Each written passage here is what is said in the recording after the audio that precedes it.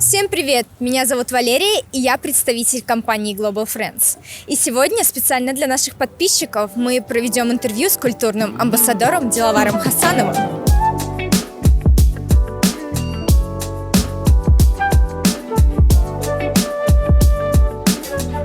В 2012-м Диловар принимал участие в программе Work and Travel в штате Массачусетс в городе Провидстаун. В 2015-м Диловар принимает участие в программе Internship USA. В этот раз он стажируется в отеле Windham Hotel Gallwitz в штате Техас. Давайте поближе познакомимся с Диловаром и узнаем его историю успеха. Какой одной фразой вы бы могли описать опыт своего культурного обмена? Если сокращать все мои впечатления на одну фразу, я бы назвал это воспоминания и опыт на всю жизнь. Это очень классно звучит. Могли бы вы поподробнее рассказать, как изменилось ваше мировоззрение и взгляды вообще после участия в программах? Знаете, тут было два абсолютно разных опыта, потому что первый раз я был в 2012 году на программе Work and Travel в летний промежуток времени. Это было, можно сказать, что должно было произойти. Очевидно, у меня был культурный шок при первой моей поездке в Штаты, потому что абсолютно другой менталитет, другие взгляды на жизнь, другое мировоззрение у людей. Возможно, мне попался и такой город и штат еще, так скажем, необычный даже для самих Соединенных Штатов. Но было очень интересно, увидел очень много новых вещей, увидел много новых людей с другим подходом к жизни. Они очень здорово могут, например, распределять так называемый work-life balance, то есть они наслаждаются каждым моментом. И больше всего, что меня впечатлило, наверное, с той поездки, о том, что люди там, вы знаете, они когда заходят на работу, они нажимают на clock-in, так сказать, зачекиниться на работу, и с того момента они превращаются в каких-то не тех людей, которых я знал буквально до того, как они зачекинились, потому что это превращается в роботов, готовых работать просто не останавливаясь. И вот умение колоссальной работоспособности, если можно сказать на русском, если в русском языке есть такая фраза, то так бы я назвал, что это главное, чему я научился у них. Можете, пожалуйста, рассказать, что вам понравилось и не понравилось во время участия в программах культурного обмена? Когда я приехал второй раз уже в Штаты, то есть я уже приехал в качестве интерна, со стороны работодателя было совсем другое отношение ко мне, то есть как... Ну, чтобы вы просто понимали, я когда приехал, меня встретила машина в аэропорту, я жил месяц в отеле, за все мои расходы в отеле покрывала гостиница, на которой я работал. Мои работодатели помогли мне с поиском жилья, мебели, то есть и мы очень сильно сдружились, и мы до сих пор общаемся с многими из них, моих работодателями, держим контакт, то есть вот они собираются приехать скоро в Узбекистан, как после пандемии. С первого раза, то есть это был такой краткосрочный, так сказать, договор между нами и работодателем, то есть мы абсолютно не общаемся ни с кем из них, мы не держим контакт, и, то есть мы поработали и уехали.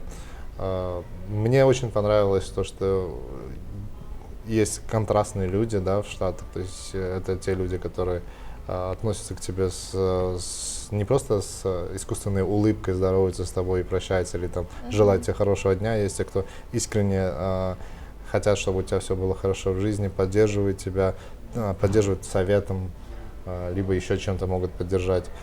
Ну и как любая другая страна, конечно, это контраст людей. Бывают те люди, которые очень рады тебя видеть. Например, работа с гостями, я помню, я попадался и на тех самых называемых, не знаю, нужно ли это говорить в камеру, реднеков, которые были очень оскорблены тем, что иностранец находится в их стране. Но это было абсолютное меньшинство. Может быть, за год второго моего пребывания я видел таких 2-3 гостей. Как вы уже упомянули, вы 2 раза посещали Штаты, и есть ли у вас там определенные места, которые вы бы хотели посетить вновь и вновь? Самое интересное, что Штатах мне не удалось попутешествовать на западное побережье. Но я побывал на Ниагарском водопаде, я побывал в Балтимор, я был в Чикаго. Из всего этого мне почему-то понравился штат Огайо. Просто своей атмосферностью. То есть нету каких-то особых достопримечательностей, но как бы обычный американский город с обычной американской жизнью, но какая-то особая атмосфера была там. Но из моих любимых городов, это, конечно же, я бы назвал это Сан-Антонио в городе Техас, в штате Техас, я прошу прощения. Это он архитектурно напоминает какой-то симбиоз Европы и современной американской архитектуры. То есть это вот там есть речка, как будто вы в Венеции находитесь, плавают гондолы, с двух сторон рестораны. Но и при этом вот эти все высотки, которые рядом. Мне очень нравится этот город, и как и Хьюстон, наверное, я бы назвал эти два города, которые я бы хотел посещать, поехать и навестить еще раз. А не могли бы вы рассказать нам, какие инсайты вы обнаружили во время участия в программе именно в сфере отельного бизнеса? Но ни для кого не секрет, что большинство мировых брендов гостиничной индустрии, включая Hilton, в котором я нахожусь, до этого я работал в сети Hyatt, в сети Wyndham, они все являются изначально американскими брендами.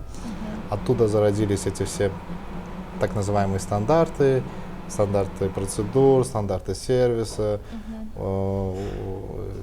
методы оценки предоставляемых услуг. Если быть откровенным, при всех этих стандартах у них немного другой подход к сервису. Они проходят больше по вот именно строго, как написано в стандарте, как написано, указано в протоколе. То есть в других странах, в которых я работал, это в Эмиратах и в Ташкенте, мы в Узбекистане, да, мы подходим к этому более гибко. То есть некоторые стандарты приходится обходить, чтобы, так сказать, принести максимальный комфорт, привести нашему гостю. Но дабы защитить интересы гостиницы, выполнение этих стандартов хотя бы на 95% должно всегда происходить. И, наверное, это вот то, что я научился в американских отелях, это соблюдать строго те стандарты, которые указаны брендом, указаны компанией, чтобы они соблюдались. А как участие в программах повлияло на ваш успех в гостиничном бизнесе?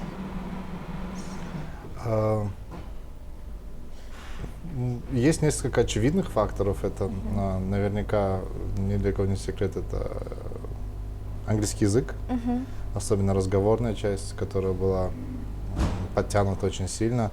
До того, как я приехал в Штаты второй раз, я думал, что я говорю по-английски очень свободно, но когда я приехал туда, я понял, что нет. Особенно это касается акцента, когда ты 500 раз объясняешь своему начальнику, что ты хочешь, и он 500 раз говоришь can you repeat?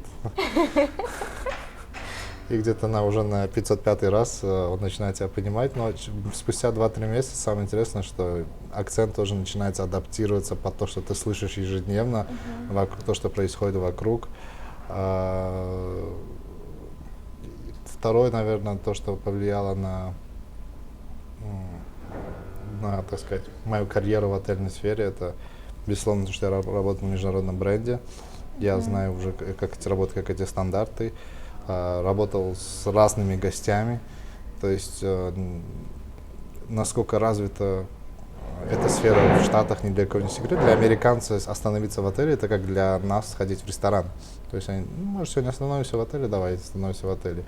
Из-за большого выбора отелей конкуренция тоже достаточно высокая, и уровень обслуживания гостей должен проходить на максимально высоком уровне, чтобы убедиться, что гости будут дальше проходить именно к тебе в отель. Если у них есть какая-то жалоба, какое-то недовольство какой-то частью отеля либо сервисом, мы всегда находили метод, как, так сказать, покрыть это недовольство, перевернуть на 180 градусов его впечатление, чтобы он уехал с нашего отеля в хорошем расположении духа. То есть это был, наверное, вот так называемое английское слово, извиняюсь, я его использую, customer service, либо обслуживание гостей, это то, что было